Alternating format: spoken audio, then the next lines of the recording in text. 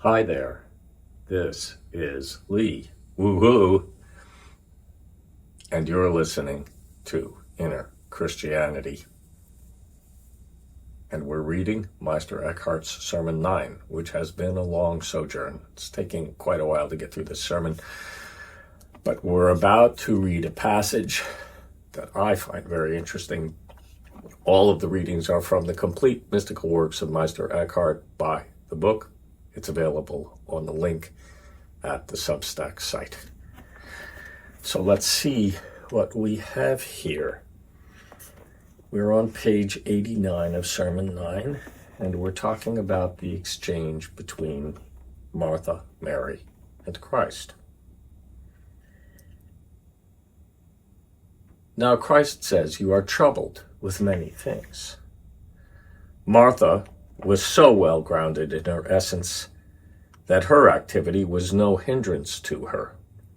Work and activity she turned to her eternal profit. This was somewhat mediated, but nobility of nature, industry, and virtue in the above sense help greatly. Mary was a Martha before she was a Mary, for when she sat at the feet of our Lord, she was not Mary. She was so in name, but not in her being,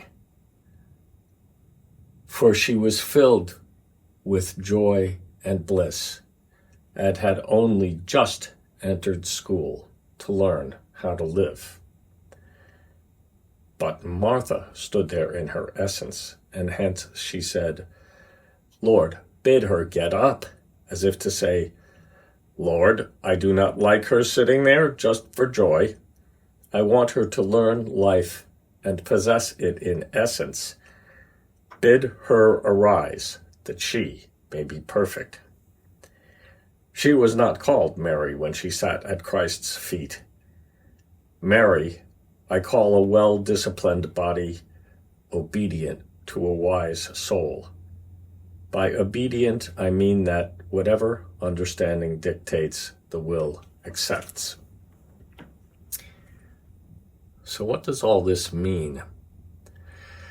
Well, Mary is sitting there at the feet of the Lord in joy and bliss,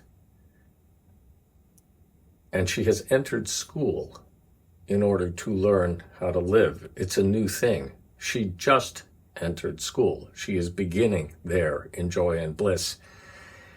And yet Martha somehow knows that the joy and the bliss are not enough. And she says so.